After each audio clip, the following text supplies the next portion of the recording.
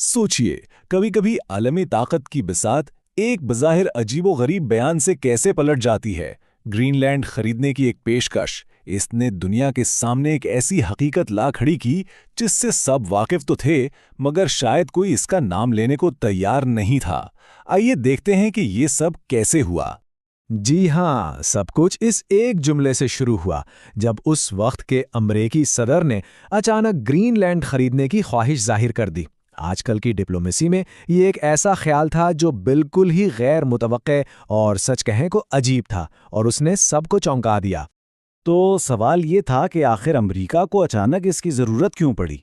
Davos में world economic forum में जो सरकारी वजह बताई गई वो थी कौमी सलामती। ख़ासतौर पर यह कहा गया कि आर्कटिक में रूस की बढ़ती हुई फौजी मौजूदगी और चीन के मुआशी अज़ाइम के खिलाफ ये एक दिफाई कदम है। लेकिन इस कहानी की असल गहराई को समझने के लिए हमें बर्फ से नज़र हटाकर ये देखना होगा कि अमेरिका के करीबी तरीन इत्तेहादी, ख़ास तौर पर कनाडा, उस वक्त क्या कर रहे थे। और असल कहानी यही है। कनाडा के इक़दामात ने आलमी निज़ाम में एक ऐसी तब्दीली का इशारा दिया जो अमेरिका के साथ उसके ताल्लुकात को हमेशा के लिए बदल सकता था। और ये सब कुछ पर्दे के पीछे नहीं बल्कि पूरी दुनिया के सामने हो रहा है। 8 साल, एक तवील अरसे के बाद जब कनाडा के वज़ीर आज़म चीन पहुंचे तो एक ऐसा ऐलान किया गया जिसने सीधा वॉशिंगटन में खतरे की घंटियां बजा दीं। बीजिंग में सदर शी जिनपिंग के साथ खड़े होकर कनाडा के रहनुमा ने नए आलमी निज़ाम का खैर मकदम किया। मतलब एक ऐसी दुनिया जहां ताकत का मरकज़ सिर्फ और सिर्फ अमेरिका ना हो। ये अमेरिका की बालादस्ती को एक खुला चैलेंज था। और नहीं, ये महज अल्फाज का खेल नहीं था।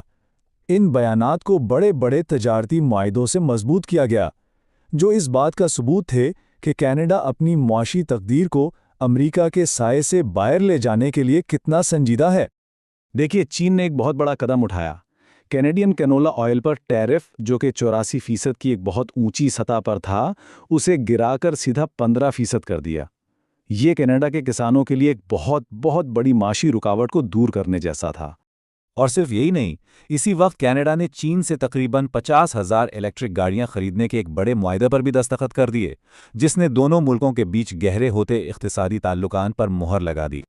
अमरीकी बालादस्ती के खिलाफ मुज़ाहमत का ये पैगाम बीजिंग से उठा और सीधा स्विट्ज़रलैंड के शहर डावोस में जा गूंजा, जहां दुनिया भर के लीडर्स मौजूद थे। वहां उन्होंने मशहूर मज़मून बे-इख्तियारों की ताकत का हवाला दिया और सब्ज़ी फरोश की एक मिसाल पेश की। मकसद ये था कि यूरोपीय रहनुमाओं को दिखाया जाए कि बज़ाहिर कमज़ोर ममालिक भी अगर मिल जाएं तो एक बहुत ताकतवर निज़ाम को चैलेंज कर सकते हैं। ये मिसाल बहुत सादा लेकिन गहरी है। ये बताती है कि कोई भी जाबिराना निज़ाम सिर्फ इसलिए कायम रहता है क्योंकि आम लोग खामोशी से उसकी बात मानते रहते हैं।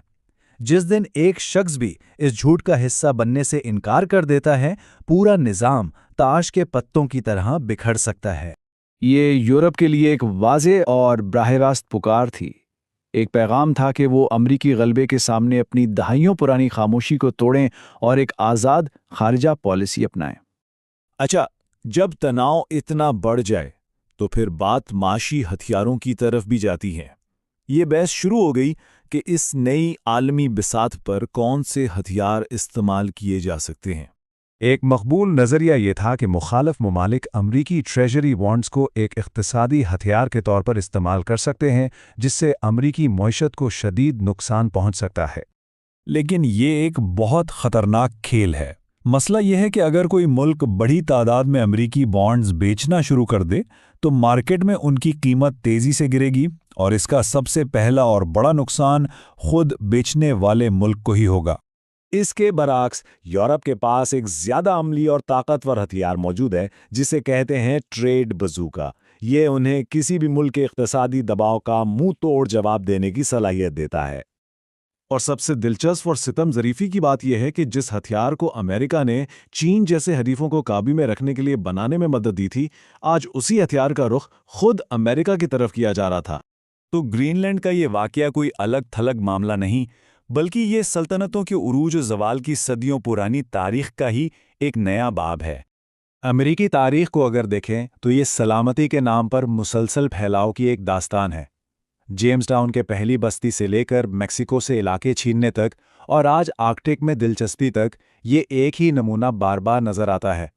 اور شاید یہی تاریخ کا سب سے بڑا مخمصہ ہے کہ ایک سلطنت کے لیے کبھی بھی اتنا علاقہ کافی نہیں ہوتا کہ وہ خود کو واقعی محسوس کر سکے۔ یہی ناختم ہونے والی تلاش اسے مسلسل توسیع پر مجبور کرتی رہتی ہے۔ اپنی اس بدلتی ہوئی صورتحال کو بیان کرنے کے لیے یورپی رہنماؤں نے یونانی مورخ تھوسیڈائڈس کا وہ مشہور قول دہرانا شروع کر دیا کہ طاقتور وہ کرتے ہیں جو وہ کر سکتے ہیں، اور کمزور وہ برداشت کرتے ہیں جو انہیں کرنا پڑتا ہے۔ لیکن یہاں تصویر کا ایک دوسرا رخ بھی ہے۔ یہ حقیقت بھی نظر انداز نہیں کی جا سکتی کہ یہی یورپی طاقتیں غزہ، یمن اور لیبیا جیسے کئی عالمی تنازعات میں امریکہ کے ساتھ مل کر طاقتور کا کردار ادا کرتی رہی ہیں۔ گرین لینڈ کا جوا شاید ناکام ہو گیا، لیکن اس نے عالمی نظام میں پڑی گہری دراڑوں کو سب پر عیاں کر دیا ہے، اور یہ ایک بہت اہم سوال چھوڑ گیا ہے کہ جب ایک سلطنت کی سلامتی کی بھوک کبھی نہیں مٹتی تو پھر اس کہانی کا اگلا موڑ کیا ہوگا؟